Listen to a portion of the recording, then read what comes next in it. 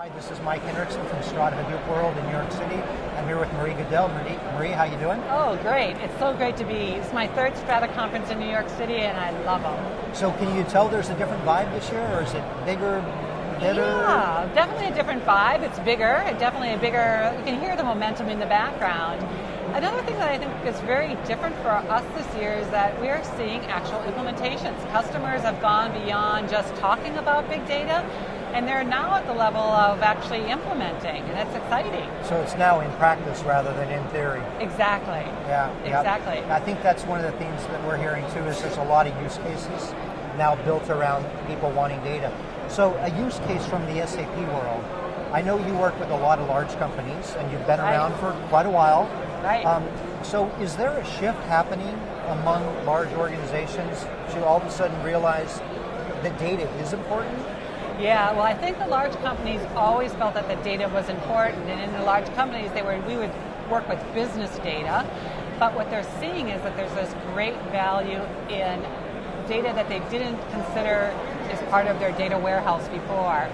So examples are smart meters or machine-to-machine, sort of the Internet of Things data is very valuable to them, but also customer sentiment and how that is impacting them. So the variety of data is what's unique, and then how do they start bringing that into their traditional business data?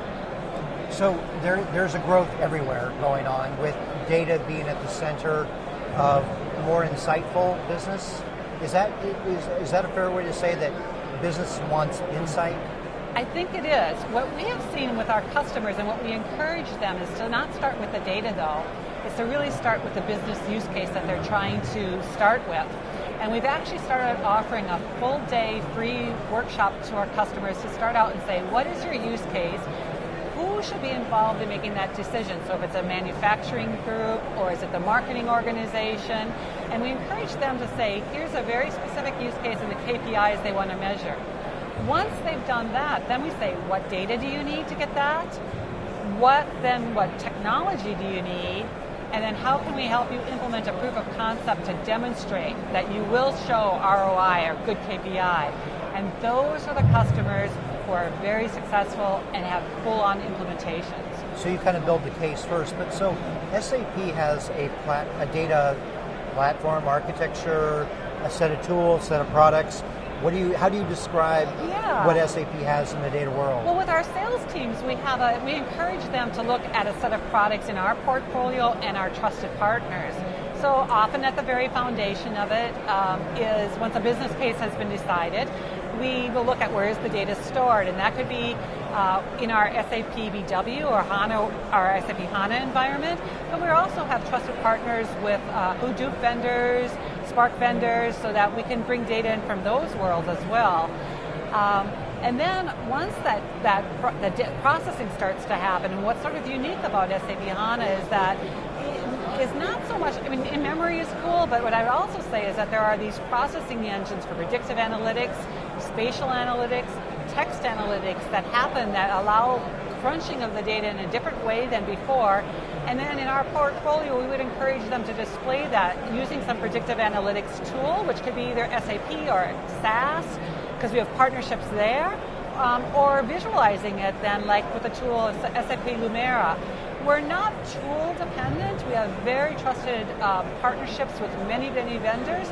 So again, we help our customers look at their business case, say these are the appropriate tools from SAP's portfolio, and if you have a partnership, how can we help build that together from a beginning to end solution? And do any of the open source tools work with your platforms? All of the open source tools, work with them. We have meaning like all the languages and R and PLL languages from the predictive world, the open source tools from Hadoop, HDFS, to Spark.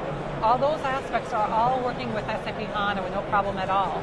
So your architecture is an open and an extensible architecture with pre-built APIs that are there for customers. Yeah, I'm not sure a lot of people know, but ABAP was one of the first open source products years ago. Ah, yeah. And it's kind of a secret that not a lot of people know. Right. One of the other things that's interesting is that we have now a data science organization within SAP, 65 25 data scientists who are available to provide services. Often the data science will sit in that free working session, but then if a customer decides to go forward, we'll work with them. And our data scientists really help our customers to understand that as they move on this, what we call analytic roadmap, that BI and reporting, looking at historical data. And then as they start to move with big data, one of the first things they'll want to do is do some data preparation. So they'll help with data prep and cleansing so you have the right data. Then they go into data mining and using some basic algorithms to find the patterns in the data. Well, once that is done, we will then maybe recommend some forecasting and simulation to see if you can find the predictive patterns and whether they're on target to what you're expecting, or do we need to fit the model a little bit more. And then finally we will optimize that model to get the best parameters that are in there.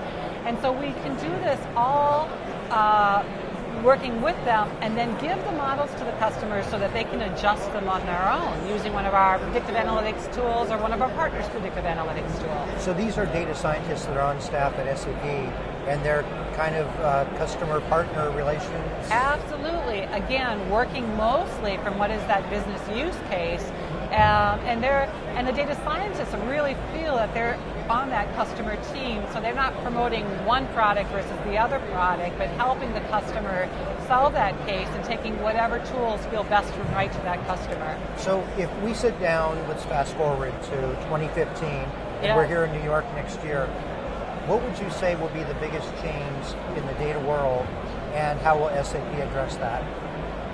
I think, consider people moving to the cloud more and more and more. And so, whether it's being able to access the HANA platform from the cloud, whether it's being able to develop on the cloud, develop and deploy on the cloud. I think we're going to see more BI on the cloud and analytics on the cloud. I think that these provide some flexibility. And I think the other aspect that we will see is continuing in memory, whether it's just in memory in the SAP HANA database, or in memory in the Hadoop stack.